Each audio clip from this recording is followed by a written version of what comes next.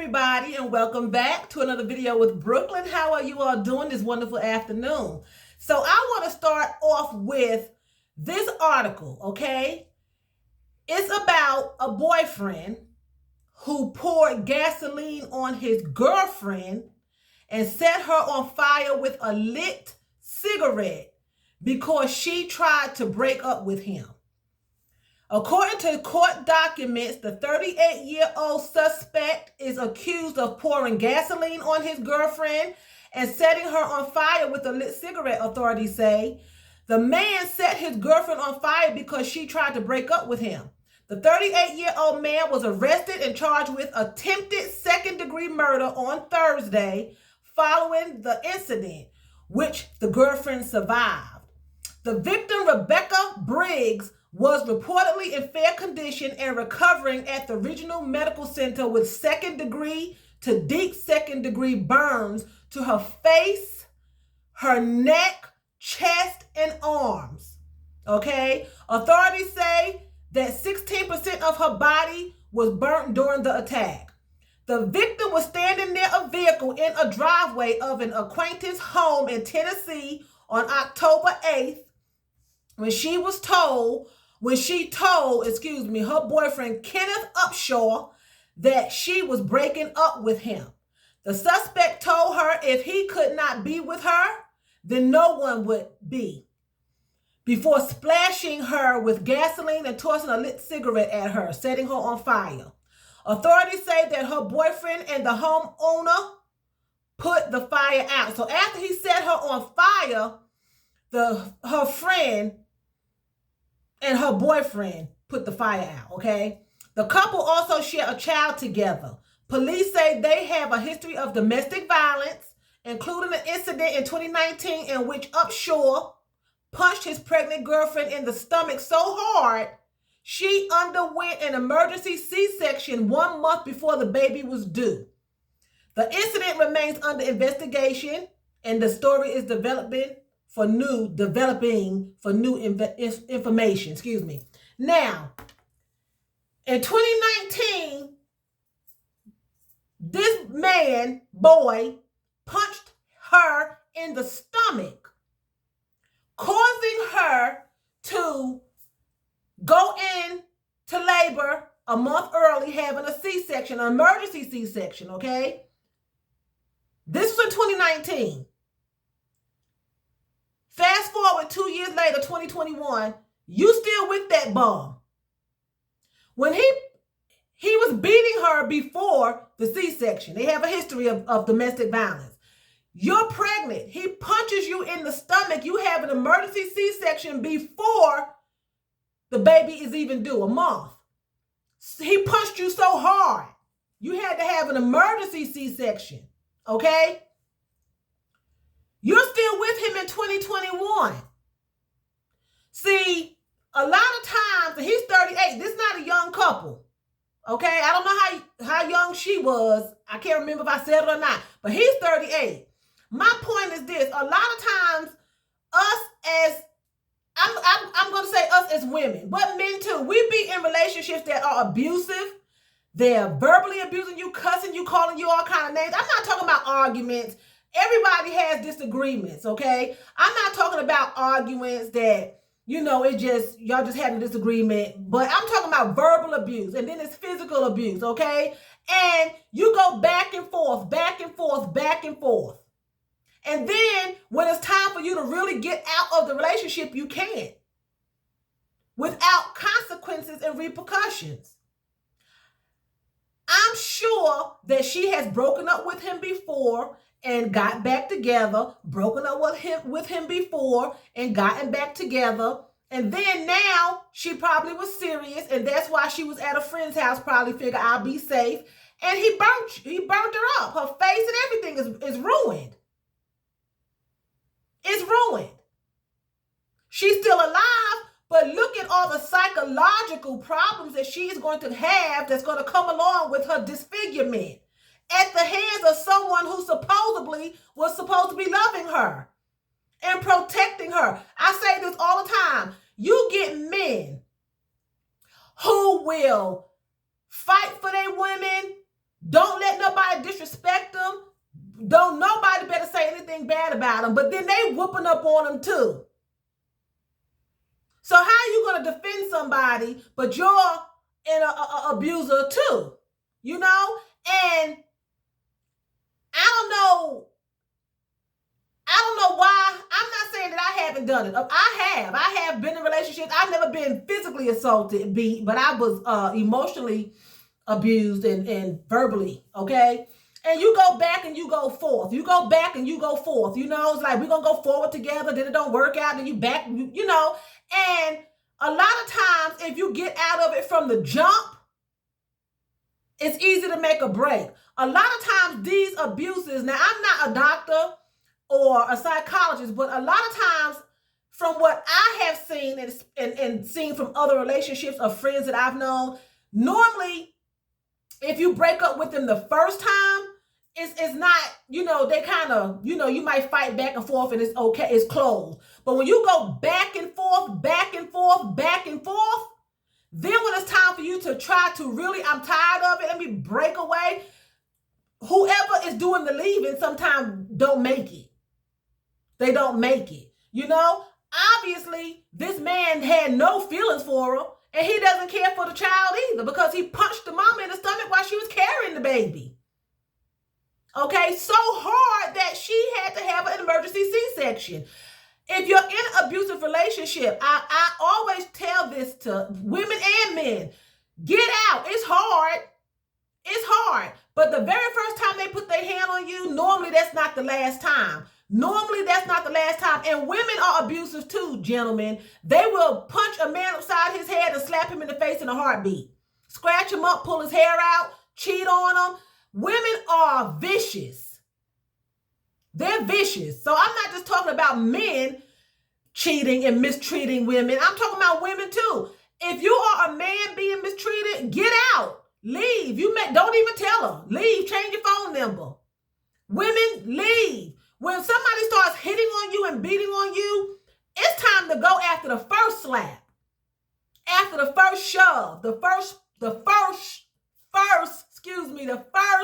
push, the first kick. You know, if they threaten you, get up in your face, I bet you I slap the so-and-so out of you. It's time to go. They're not playing. That's the point they're testing you at. Let me threaten her. I won't hit her, but I'm going to tell her I'm going to knock the so-and-so out of you. And then if you don't leave, okay, then I can knock the so-and-so out of her. This girl has went back and forth with him. It's obvious because 2019, she was in the emergency room. 2021, she's in the emergency room again, but she's burnt up. He did not love this woman. He hated her because if you love someone, you would not want to do them things to them. And we get it mixed up. A lot of times we think when someone is jealous and they wanting to pull on you and beat you and threaten you, oh, they love me. That's not love. Because love does not hurt you and beat you and call you derogatory names and set you on fire. Love protects, love honors, love cares, you know?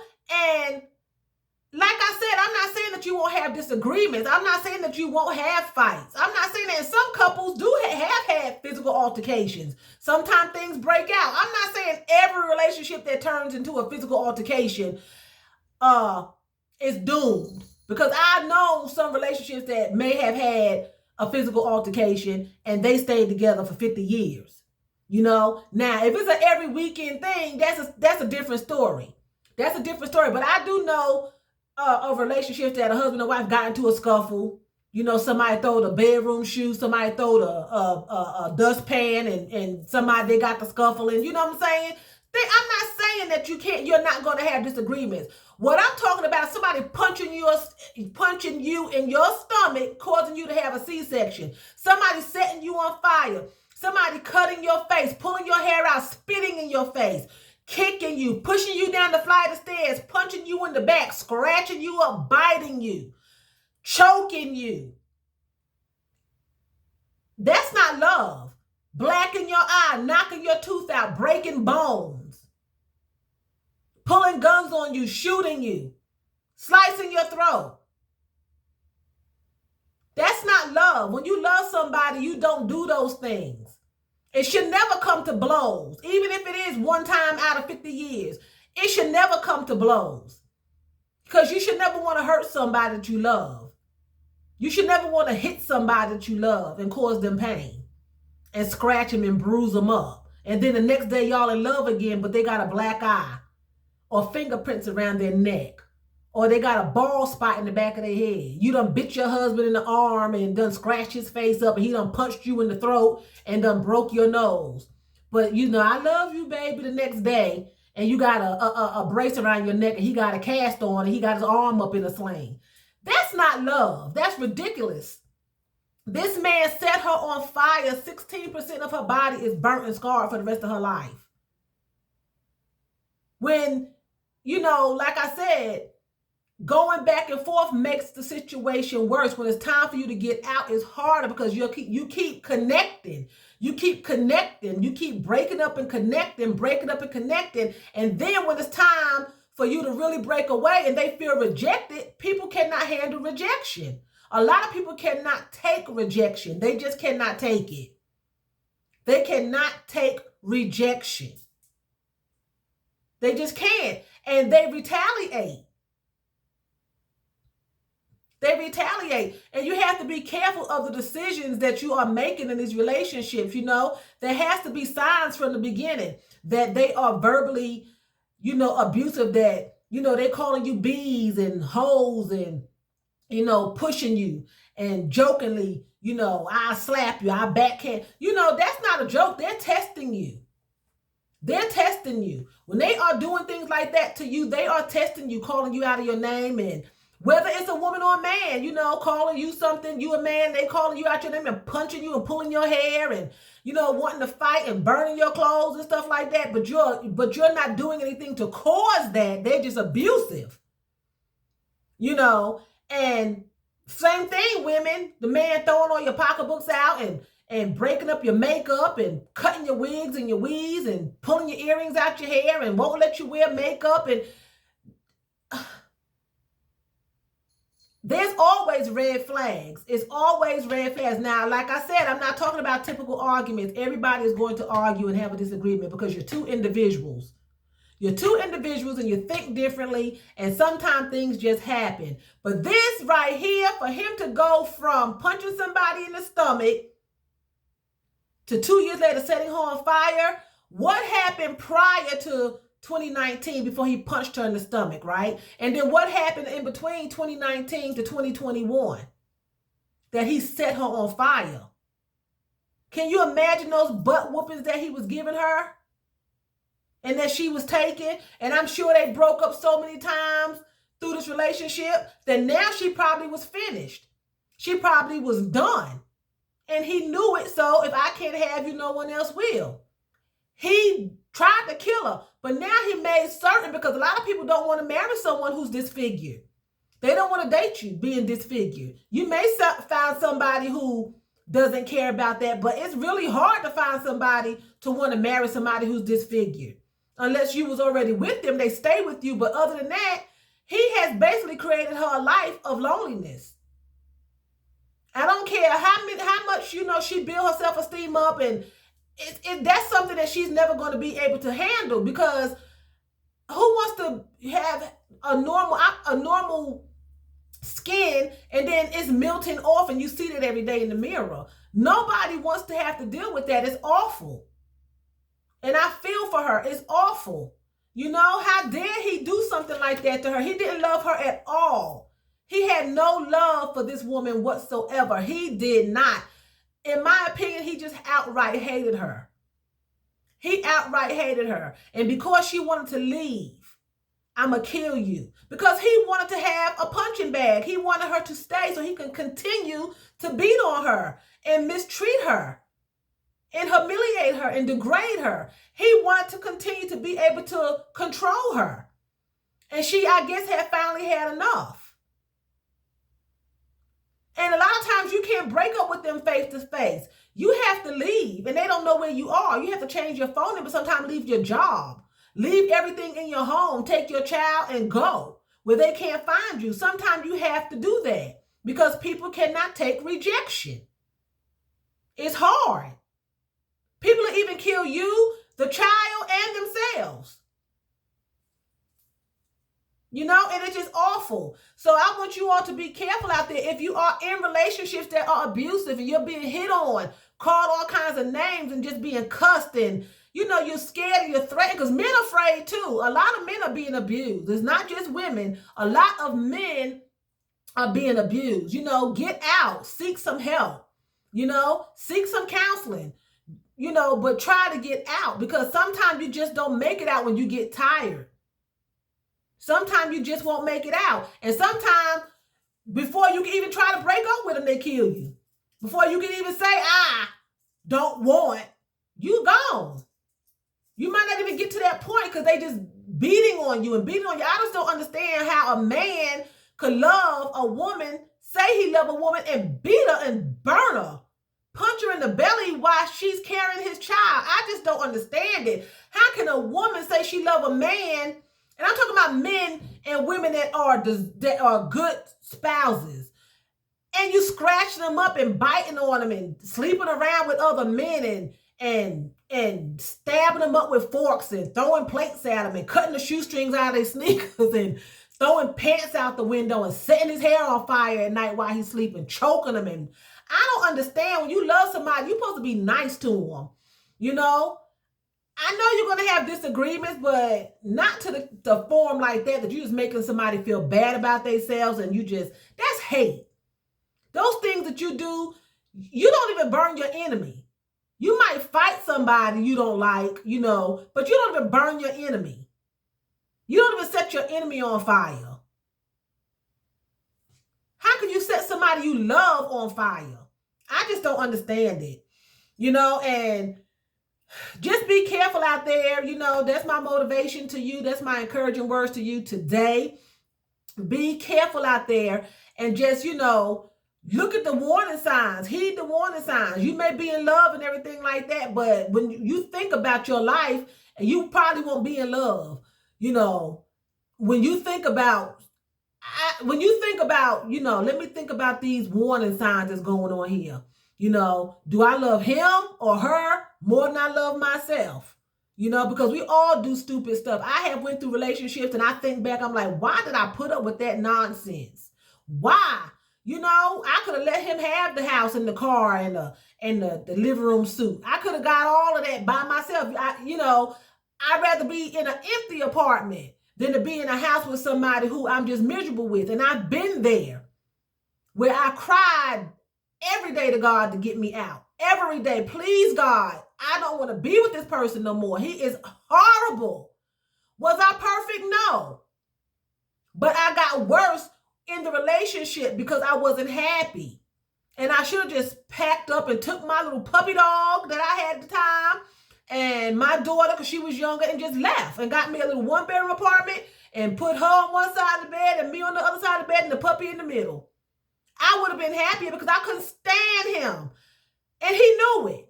He was so manipulative and so abusive verbally and mentally and financially. And I've been divorced from him since 2010. And every time I hear his name, I go into a frenzy. I start ranting and raving because it's like, why? Because people talk you into staying, because you think, well, I want to make it work. You know, I don't know what people are going to say. I don't want to lose my home. I don't want to lose my cars. You know, screw all that, because you can lose your life in the midst of that stuff. And all that stuff is nothing. All that is worthless. You know, it's worthless. Thank God that I wasn't beat. I wasn't set on fire. But I went through a lot mentally, you know, mentally.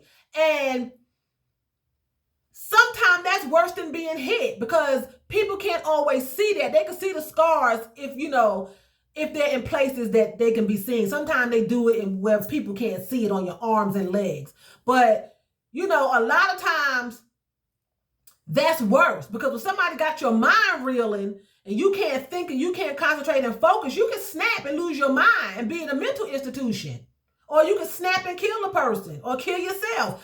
The mind, when somebody starts mentally abusing you, that's different. And emotionally abusing you, making you think that they're there for you when they're really not. And they're setting the scene to set you off. And everybody thinks that it's you when it's really them. You know how somebody pinches you under the table and you yell out, but they still over there eating their soup and nobody sees them pinch you. But they looking at you like, why are you screaming? What's wrong with you? That's mental abuse. That's emotional abuse because nobody knows what's going on but you and the person. So that's worse sometimes than being hit, So a lot of times if you're being hit and people can see it, you can get help quicker than it is mentally because you can camouflage that mental. I went to work every day. I talked and everything with friends, but after I divorced him, people said I seemed to be a much nicer person, that when I was with him, I was awful. I was mean. I was very defensive. I would be ready to fight in a heartbeat, cussing people out because I just was miserable. And that's the things that I was doing to him at home to defend myself. And then it carried over into my social life. So anyway, I'm going to end the video here. And if you're in a situation like that, please get some help. Try to get some help, So with that being said, I'm going to say vielen Dank. That's thank you very much in German. So vielen Dank for watching me and choose. That's what? That's bye in German.